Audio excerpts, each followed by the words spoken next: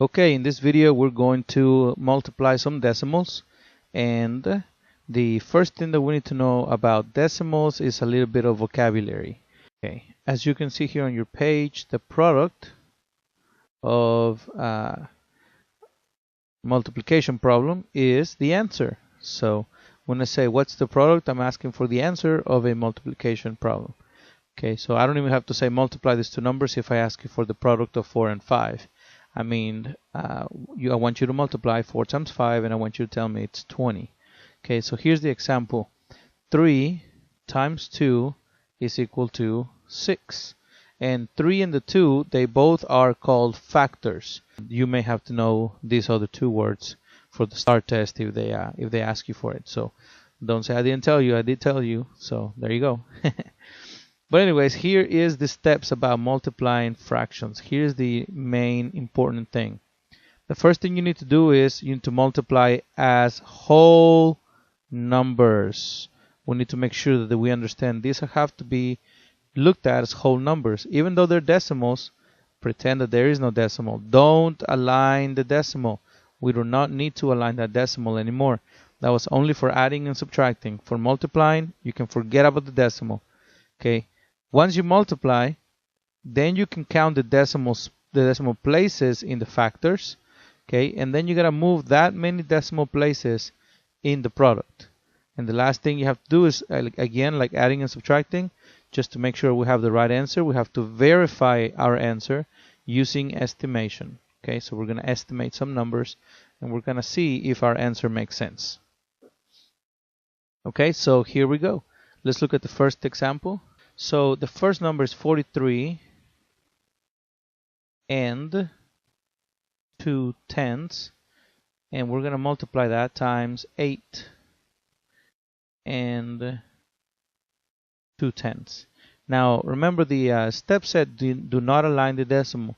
If they happen to be aligned, because that's how I wrote them down, that's okay, but we're going to completely ignore the decimals until the very end. Okay, so you really could have written it down like this: 43 and 2/10 times 8.2.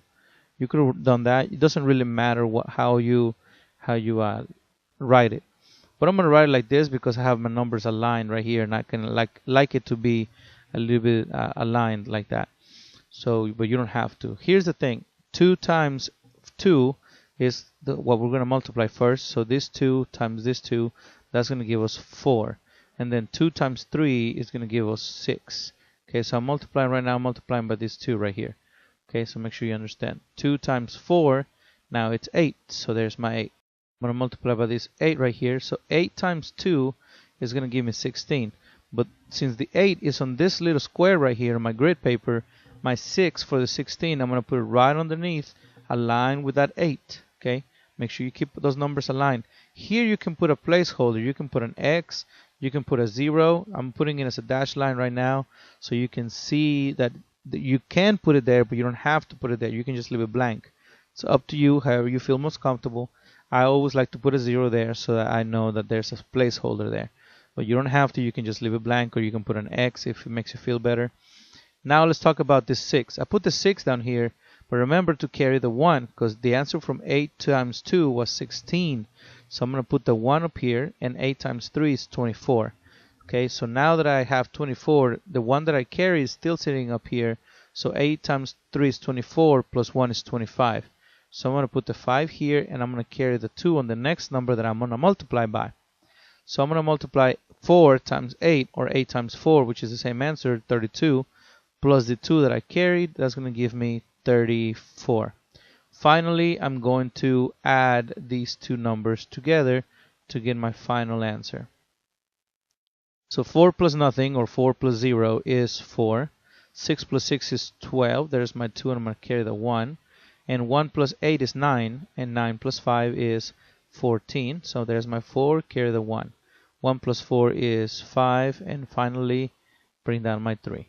So there, I'm done multiplying. Now, after doing the multiplication as if they were whole numbers, now we have to count the decimal places in the factors. So this is what that means. I'm going to have to count those decimal places How many decimal places? Let me get my highlighter out so you can see it better. How many decimal places do we have in this factor, 43 and 2/10? I only have one decimal place, right? Let me choose a different color because that one's a little bit dark and you can barely see it. Let's choose orange. Okay, there we go. So this 2 is the only one behind the decimal. It's only one decimal place. And this factor, the other one, the 8 and 2/10, we only have also one factor. So that's a total of 2 factors, right? So now going back to my steps, step number 3 says move that many decimal places into the product. Okay, so what that means is, since I have 2 decimal places here, I need to have 2 decimal places in my product, in my answer. Okay, so now I have my 2 decimal places, whatever numbers they are, I don't care what numbers are sitting right there, as long as I have 2 decimal places. So my final answer has to have a decimal in this spot right here, so I can have 2 decimal places. And that's it. Now I have to verify my answer. So in order to verify my answer, all I gotta do is estimate. I have to round. So I'm gonna round this 43.2. That could probably be rounded down to, or rounded up to 45. And this 8.2, maybe that can be rounded down to 8. So now that I multiply this, let's see, 8 times 5 is 40. I'm gonna carry the 4, and 8 times 4 is 32, plus 4 is 36. So I should get an answer about 360. And the answer that I got is 354 and 24 hundredths. So that's pretty close. Okay, $360 is pretty close to $354.24 if you want to look at it that way. But if you didn't have this decimal here in the right place, then you would have ended up with 35,424, which this answer would be completely wrong, all because of this one little bitty decimal place right here. And you would have found that out if you use estimation to check your answer. Once you estimate and you get 360, and you end up looking at your answer that you got before, and it looks like this, 35,424. Notice it's a comma, not a decimal. Then this should be a red flag saying, oh, I did something wrong. What did I do? And then you go back and you look at your steps and see if you did that last step of making sure you have the same amount of decimal places behind your factors as you do in your product. This is the most important part of multiplying decimals. Okay, we're going to do this other one over here so that we can see how that works.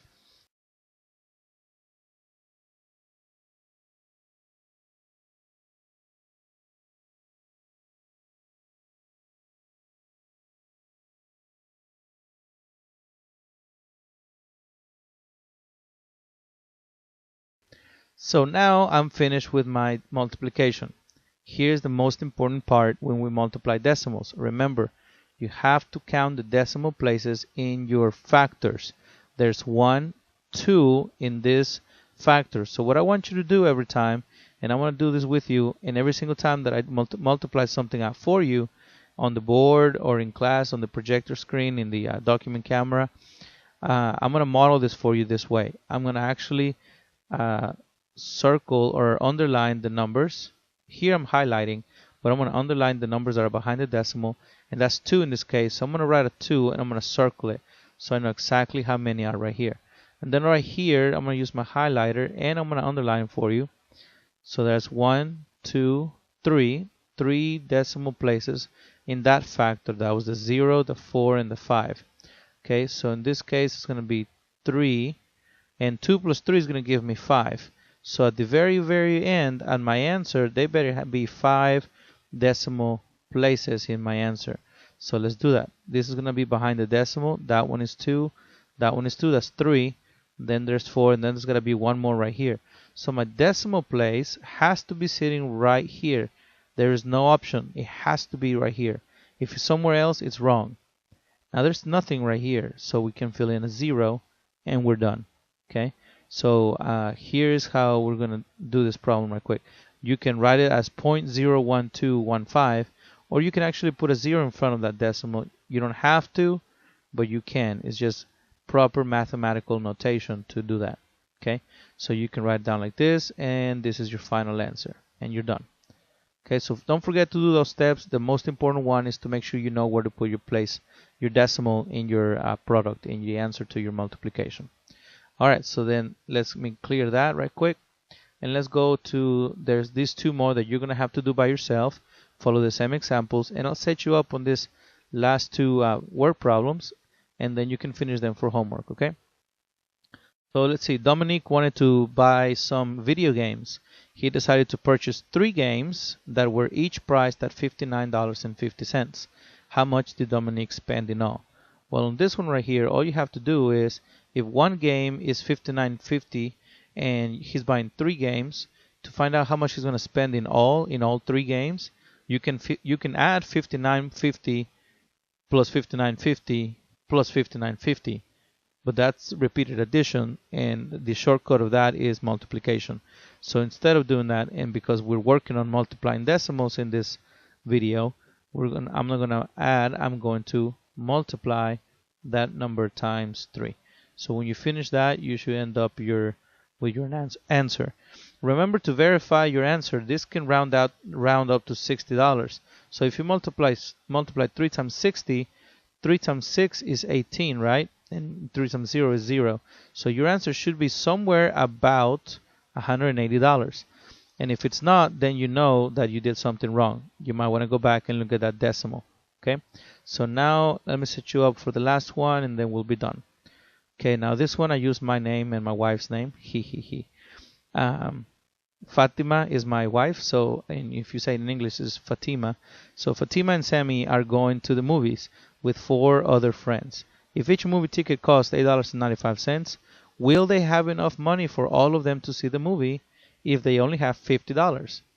Well, in this case, you have to consider how many people are going to the movies. It's going to be my wife, Fatima, myself, and 4 other friends. That's a total of 6 people going to the movies. Okay, and each movie ticket is $8.95. So you're going to have to multiply $8.95 times 6. Okay, and then whenever you are going to see if we have enough money, because we only have $50. Can all of us go to the movies, or do we have to kick somebody out and tell them they can't go? That's kind of mean. We wouldn't do that. We would just wait till next week or something. But anyways, let me know if we have enough money to go to the movies with our 4 friends, okay? Let me know that next time when I see you in class. Thank you for watching. Finish your notes. Bye-bye.